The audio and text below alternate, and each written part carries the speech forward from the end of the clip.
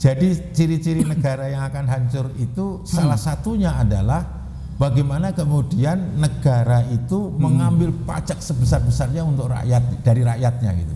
Dan itu bukan dikembalikan kepada rakyat, tapi untuk kehidupan poya-poya, kegembiraan para penyelenggara negara. Coba DPR itu jangan digaji apapun. Kalau toh dia tidak digaji mau nyebarkan uang ya silakan, money politik silakan aja, toh uangnya dia kan. Nah, dia tidak ada revenue lagi, pendapatan lagi untuk. Saya kira sebenarnya perlu jernih ya, tapi lagi-lagi tokoh publik itu kan memang berat, berisiko ketika berhadapan dengan sebegitu. Ya netizen itu kan maha benar dengan segala ucapannya lagi itu. Iya. Assalamualaikum warahmatullahi wabarakatuh. Balik lagi dengan saya Jakir di Muzakir Official. Kali ini kita di segmen teman ngobrol kita. Saya tuh lagi bersama dengan Ustadz Agus. Sekarang ini lagi mana Ustadz? Masalah pembubaran DPR. Nah, menurut tanggapan Ustadz Agus atau Wow ya, Ustadz Wow, kira-kira gimana menyikapi problematika ini? Jadi gini, sebenarnya di dalam politik modern itu yang dipakai kan teori trias politika ya, pembagian tiga kekuasaan ya, legislatif, eksekutif, yudikatif ya. Sebetulnya ini juga merupakan rumusan ya, apakah kemudian ini mampu mengantarkan cita-cita manusia, katakanlah meningkatkan kualitas, kapasitas manusia juga belum teruji. Tetapi secara teoritis ini yang dipakai di muka bumi pada saat ini. Jadi legislatif itu ya fungsinya ada tiga kan kalau di negara kita. Satu adalah sebagai budgeting yang menetapkan anggaran, terus kemudian legislatif yang memberikan undang-undang, terus yang ketiga fungsi controlling gitu. Sehingga ketika itu diusulkan dibubarkan, pilar negara kita ya memang agak sedikit bermasalah gitu. Ini secara teori ya. Namun dalam proses perjalanan kan bisa saja negara ini berubah sesuai dengan kehendak rakyat kan gitu ya. Tapi dalam teorinya seperti itu yang harus kita pahami dulu gitu. Jadi kita tuh kayak berangkat dari trias politika itu tadi ya Ustaz ya. Betul. Jadi kayak pembagian kekuasaan ya pembagian sebetulnya. Kekuasaan gitu ya. Sementara gini Ustaz, yang kalau misalkan kita lihat ya, kenapa publik itu bisa sampai semarah itu ya teman-teman terkait bagaimana politik ini? Itu kan politisinya ya, itu kan ada yang flexing kemana-mana. Terus setelah dilakukan kritikan, setelah dikritik tuh sama mereka-mereka ini, sama rakyat, justru malah yang dilakukan kayak ngeledek gitu. Itu sebenarnya harusnya kita itu sebagai politisi ataupun sebagai orang-orang yang sekarang duduk di parlemen itu, kira-kira kita tuh harusnya gimana menyikapi tanggapan ataupun kritikan tersebut? Ya, di dalam konsep Islam itu yang hal adi wal akdi ya. Jadi atau disebut majelis syuro ya, dewan perwakilan itu harusnya yang merumuskan arah kebijakan negara ini mau dibawa kemana.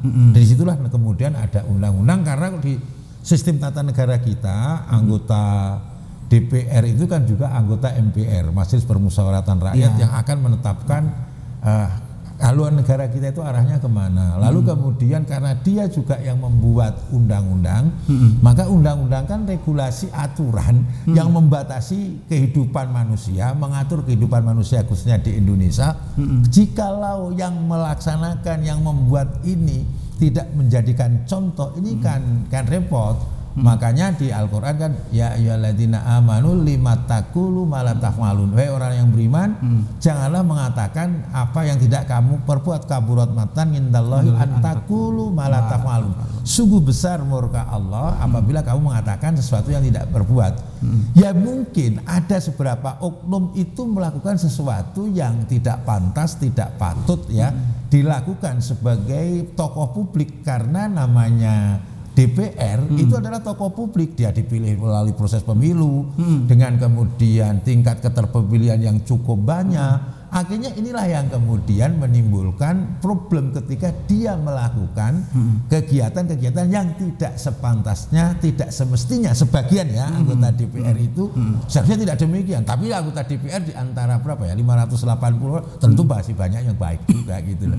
Dan namanya masyarakat itu kalau sudah marah kan seperti itu. Kalau sudah benci tidak kurang, jadi paling gampang cari yang kurang, paling mudah cari yang salah kan Cari, gitu. iya. Jadi sebetulnya awalnya tidak masalah. Sebetulnya kejadian yang kemarin itu kalau saya melihat sebetulnya antara jogetan dan kenaikan tunjangannya konon ya saya lihat di media itu sebetulnya tidak ada korelasinya sama sekali. Tidak ada korelasinya. Iya, karena joget itu terbawa suasana lagu yang memancing orang untuk berjoget kira-kira begitu. Ya cuma memang dalam kondisi seperti itu sebagian orang menurut adab orang Indonesia dianggap itu kurang layak ya sebagian ya. Jadi kurang menerima. Nah, yang tidak menerima itulah kemudian ini disebarkan kemana-mana dengan caption yang berbeda, kegembiraan ketika mendapatkan kenaikan tunjangan. Kemarahan rakyat itu meledak di situ. Saya kira sebenarnya perlu jernih ya, tapi lagi-lagi tokoh publik itu kan memang berisiko ketika berhadapan dengan sebegitu. Ya netizen itu kan maha benar dengan segala ucapannya lagi itu. Ini kan repot memang. Makanya menurut saya ya harus kembali kepada tokoh publik itulah yang harus sudah mengendalikan dirinya.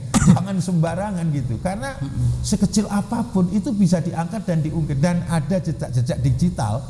Peristiwa tahun sebelumnya yang bisa diangkat, kemudian ketika itu melakukan sesuatu yang kontradiksi dari apa yang dia ucapkan dulu dan kenyataan sekarang itu digoreng sama netizen. Netizen itu luar biasa kuatnya.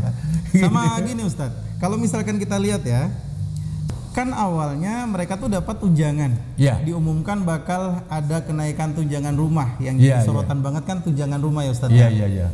Nah selanjutnya seolah kayak memberikan gambaran ketika mereka joget-joget itu, kayak wah ini lagi bahagia, gembira, bahagia banget.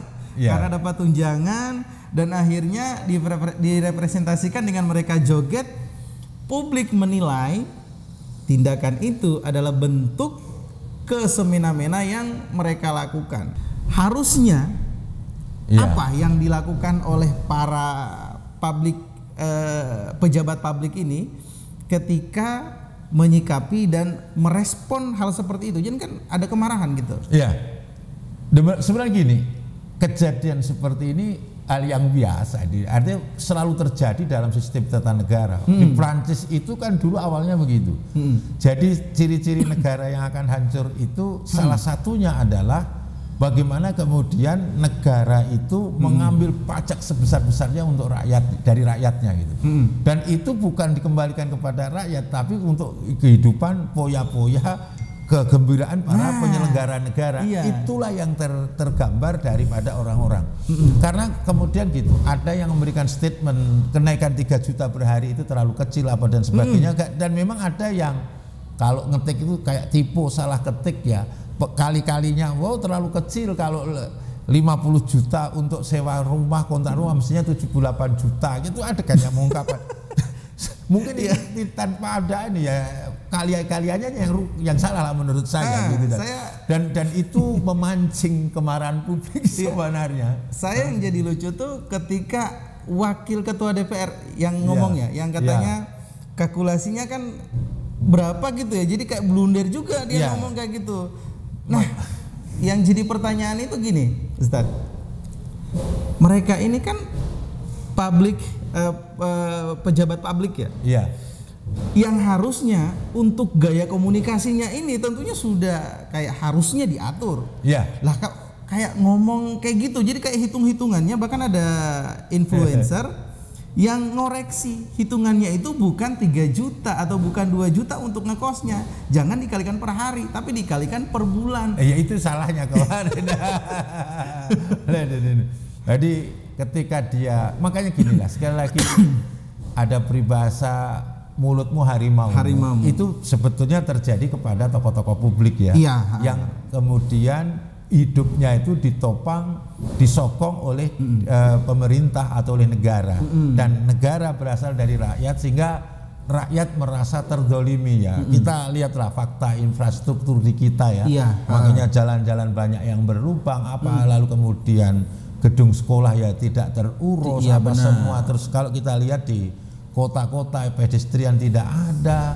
Bagaimana inilah di sisi lain ada sesuatu yang paradoksal, dia menampilkan gaya-gaya seperti itu. Seharusnya memang harus menahan diri. Kadang-kadang ya gini, kalau ada peribahasa di dalam dunia popularitas itu kalau saya digigit anjing itu tidak populer, tapi kalau saya menggigit anjing itu baru populer gitu. Karena ada ustadz digigit anjing ya biasa. Mungkin ustadz, tapi kalau pun ada ustadz menggigit anjing itu jadi berita viral gitu ya. Dan ini apakah itu semangatnya untuk viral? Walau alam saya juga tidak tahu.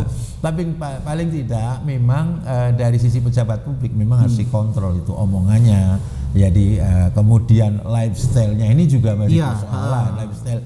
Jadi kenapa sih kita tidak menampilkan kesederhanaan? Baiknya kalau pengen hidup mewah-mewah ya jangan jadi pejabat publik gitu. Jadi saya melihat misalkan saya sering membaca literasi bagaimana perwakilan yang di Eropa, misalkan yang di Swedia, ada satu negara Swiss itu juga sangat sederhana. Bahkan di Swedia kalau nggak salah itu mereka perwakilan itu parlemen itu tidak ada yang dikasih tunjangan, mereka juga naik.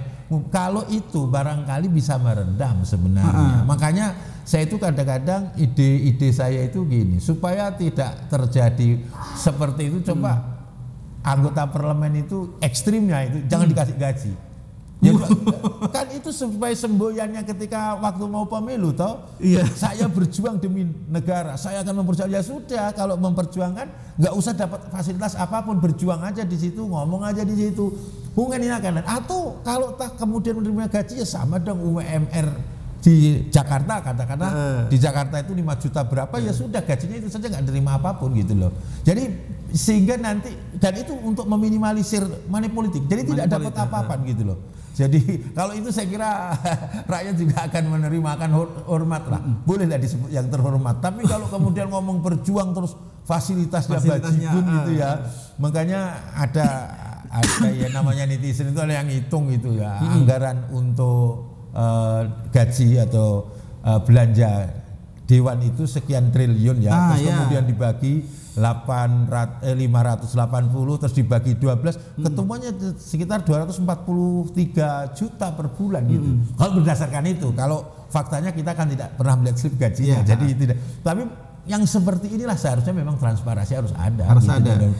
Tapi berangkat lagi ke kesederhanaan tadi ya. Iya. Ustaz ya. Kan kalau misalkan ini udah jadi rahasia umum ya, untuk kita bisa maju ke kontestasi seperti itu biayanya nggak murah. Betul. Gini, saya tuh tertarik ada perumpamaan gini. Kalau ada yang datang atau misalkan mencalonkan diri sebagai wakil rakyat dengan penuh integritas, dengan penuh keyakinan besar, saya ingin membangun negeri ini, saya ingin memperbaiki tatanan sistem regulasi yang ada di sini. Dan yang satunya lagi, dia tidak punya kompetensi apa-apa. Tapi dari segi finansial, dia mampu. Ibaratnya gini, masyarakat itu, rakyat itu kan biasanya kecenderungan di lapangan itu, misalkan, saya punya integritas. Terus dengan ada yang datang, kamu butuh apa? Kamu butuh jembatan, saya bangunkan sekarang. Dan akhirnya ketika ini di akhir, kita lihat di akhir, yang penuh integritas ini tadi pasti akan kalah dengan yang langsung memberikan bukti nyata kepada mereka. Yang mereka tidak sadari, di balik itu semua tentu ada kontrak yang harus dibayar. Kesederhanaan dan dihadapkan dengan fakta seperti itu. Ya gini, maka dalam kontestasi yang seperti di Indonesia, maka pragmatislah yang akan menetapkan sebagai pemenang. Artinya siapapun yang bermodal besar pasti dia akan jadi. Kira-kira gitu. Yang tidak punya modal, mempunyai integritas, kapabilitas, kalau tidak punya isi tas maka akan repot lagi. Nah ini makanya satu tadi usulan saya, coba DPR itu jangan digaji apapun. Kalau toh dia tidak digaji mau nyebarkan uang ya silakan, money politik silakan aja, toh uangnya dia kan.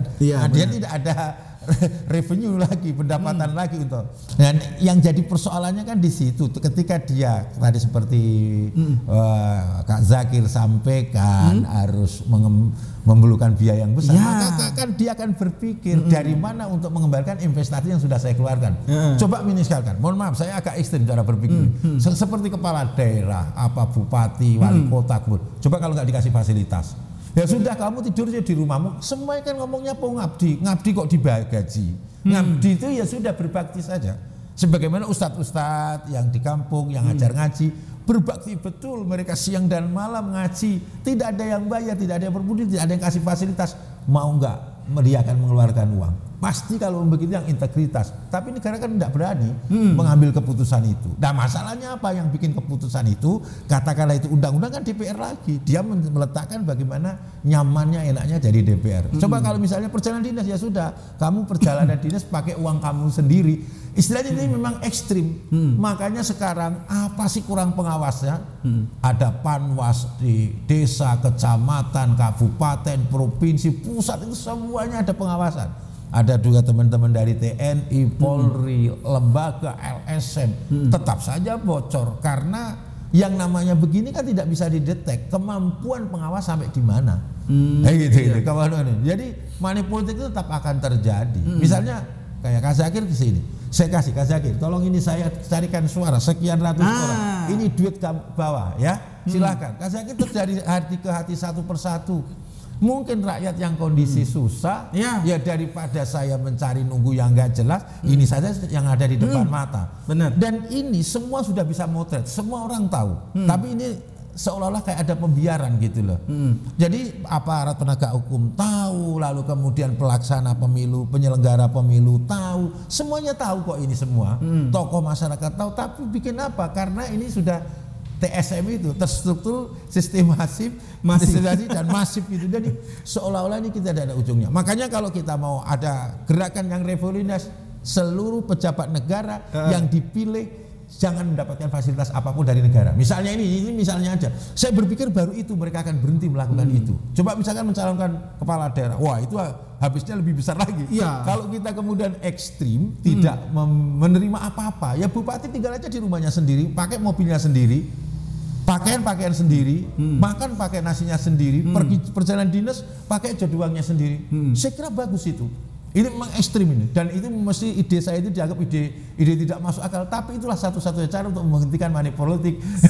Sepertinya tidak akan menarik lagi jadi anggota. Ya, makanya tidak menarik lagi sehingga orang-orang yang punya kapabilitas, berkualitas, bimbing berjuang dengan tulus itu siap dia. Jadi memang dia tidak dapat apa-apa dari perjuangan itu. Ya sekali lagi saya ambil contoh adalah para guru-guru di daerah terpencil, guru honor. Kan bisa juga, buktinya mereka juga hidup kok. Para ustadz, ustazah yang ngajar ngaji, mereka tidak dibayar, mereka tidak diberikan penghargaan. Ya biasa saja. Buktinya bisa bertahan sampai sekarang.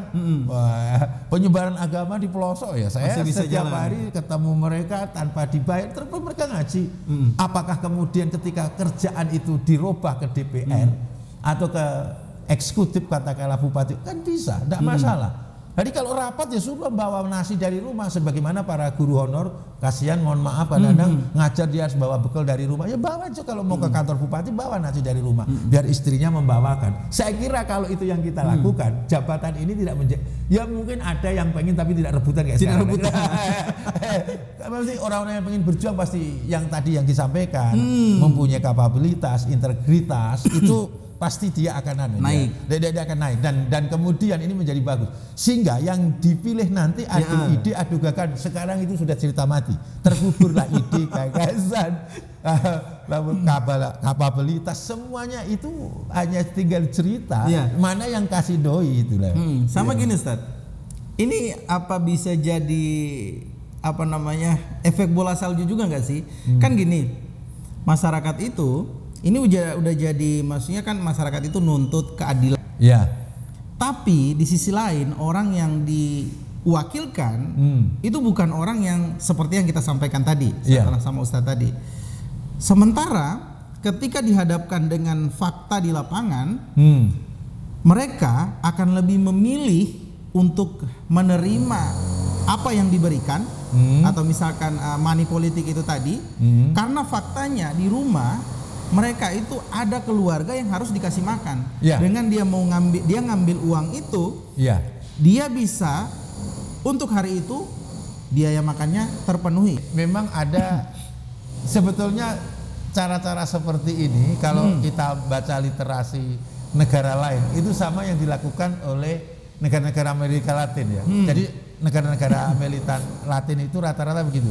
Jadi orang-orang miskin itu memang sengaja dipiara supaya mereka tidak naik dari sisi ekonominya, dari sisi pengetahuannya. Jadi misalkan mau mencerdaskan, mensejahterakan itu hanya sebatas teori.